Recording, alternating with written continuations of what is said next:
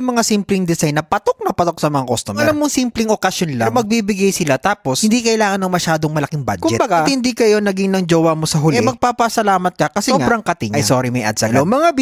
Ako nga pala si Komi, ang inyong masayaing florista dito sa Saudi Arabia. And for today's Bulaklak series, gumamit lang ako ng pinagbasyon ng ribbon. At dinagyan ko ng mga bamboo stick na malalapad. So, ito nga ang mga B. Lalagyan natin ng stand itong ating perfume na Dolce & Gabbana. Wow, branded! At gagawin natin siyang simpleng bouquet na magugustuhan talaga. Kahit nga kayo mga B, magugustuhan nyo to. Naman, re-regalawan ka ng perfume tapos meron pang bouquet, di ba? So, pag tuyo na yung pinaka-stand natin kasi nga mahulog pag hindi matuyo. Yung mainit na hot glue. So, doblehin natin ng scotch tape. Parang ikaw, kailangan mo i-secure yung jowa mo. Kasi kung hindi mo ini-scotch tape yun, kung saan mapupunta? Ini-scotch tape yan. Ang gagawin ko kasi dyan mga B, isesentro natin yung pinaka-perfume. Actually mga B, pag hindi ka pa sanay, talagang ma-overwhelm ka at hindi mo mapapabilog itong ating round bouquet. Kasi nga gusto nga ng customer round bouquet. So, ang ginawa ko mga B, dinagdagan ko muna ng mga pitos for mom. Yung pinaka-ilalim ng ating perfume. Tapos lalagyan na natin siya ng mga rosas. Bakit ang daming pitos for mom? Kasi nga inuubos ko mga B, overstock kasi kami. Wala pa kaming jeep sa pilya. Tapos wala pang masinjana. Hindi, wow! Isiksik lang natin yung mga yan at naglagay pala ako ng 3 rosas sa una. Yan yung pinaka-first layer natin. Tapos sa second layer naman mga B, maglalagay ulit tayo ng rosas. So ibibilog lang natin na parang ganyan. Ina-alternate ko lang. Mas pina-prioritize ko pala lagyan yung pinakaharap ng ating bouquet mga B. Kasi pinicture naman kasi hindi naman nakikita masyado sa likod. Saka wala namang magpipicture ng nasa likod yung label ng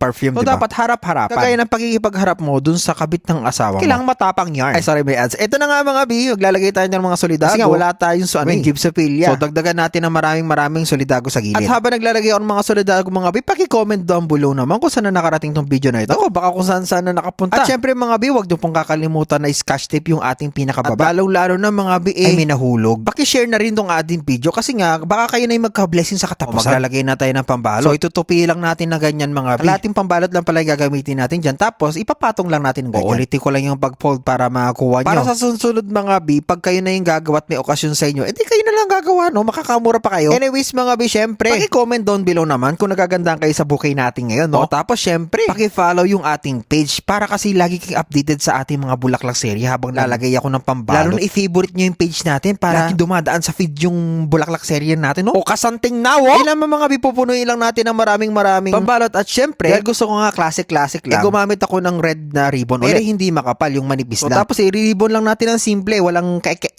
regalo, pwedeng kahit ano yan. Wedding ring, perfume. Basta hindi masyadong malaki. At pwede nyo rin gayahin kung bagong florista kayo mga B. Nga, bagong florista ko, wala mga tutorial na ganito. So, ito na nga mga B.